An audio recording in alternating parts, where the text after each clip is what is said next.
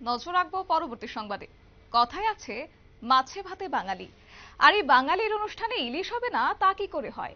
কেননা আগামীকালই বলা যায় বাঙালির জামাই ষষ্ঠী। আর এই জামাই ষষ্ঠীকে কেন্দ্র করে এবার মাছের রাজা ইলিশ বাজারে উপস্থিত।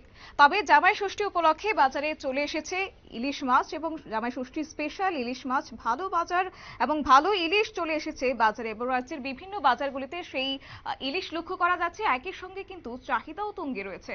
তবে কি বলছেন ব্যবসায়ীরা বা সংশ্লিষ্টরা, শুনুন।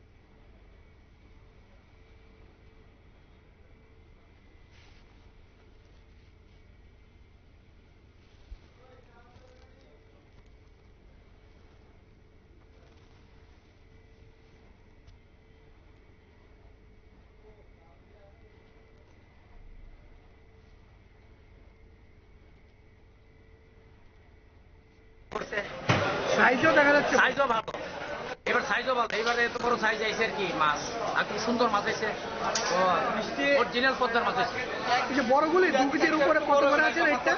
এটি আছে 2800 টাকা 2 কেজির উপরে, আর 1 কেজি ওজনের আছে এটা 1800 টাকা, আর একটা আছে দাম কম আছে 1200 টাকা আছে একটা। বড়গুলি একটাই 5000 টাকার উপরে হবে না? হ্যাঁ 2 কেজির উপরে আছে, 2.5 কেজি পর্যন্ত আছে আর কি, 2.5 কিলো পর্যন্ত আছে। চাহিদা কিরকম? আর এটি আছে 1800 টাকা আছে। চাহিদা কিরকম? চাহিদা ভালো, এবার মাছের চাহিদা ভালো, মাছও ভালো, সারা মাছ এবারে তোমার তুলনা মাছ আইছে না। আমি 5 বছরের মধ্যে মাছ পাইনি, এত ভালো মাছ পাইনি 5 বছরের মধ্যে। জামাই ষষ্ঠী উপলক্ষে কাঁচা মাছ আসছে বাজারে, একটু কম 1500 টাকা 1 কেজি ওয়েটের মাছ।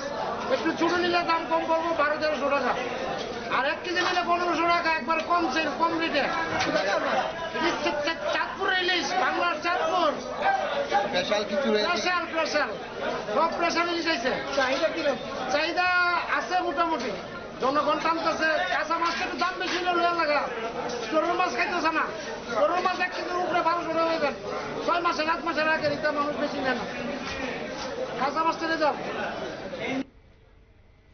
আপনারা শুনলেন ব্যবসায়ী মহলের বক্তব্য। কার্যত এক প্রকার খুশি ব্যবসায়ীরাও, কেননা চাহিদা অনেকটাই রয়েছে এবং সেক্ষেত্রে বলা যায় তার দাম অধিক রয়েছে, এবং দামের তুলনায় কিন্তু চাহিদাও কিন্তু একেবারেই তুঙ্গে রয়েছে। অর্থাৎ বলা যায় যে ষষ্ঠীর প্রাক মুহূর্তের বাজার কিন্তু একেবারেই জমজমাট, কেননা এবার পদ্মার তাজা ইলিশের মূল্য অধিক। তবে এই মুহূর্তে রাজ্যের বিভিন্ন বাজারগুলিতে চলে এসেছে পদ্মার এই ইলিশ। নিয়ে নিচ্ছে ছোট্ট একটি বিজ্ঞাপন বিরতি, সঙ্গে থাকুন।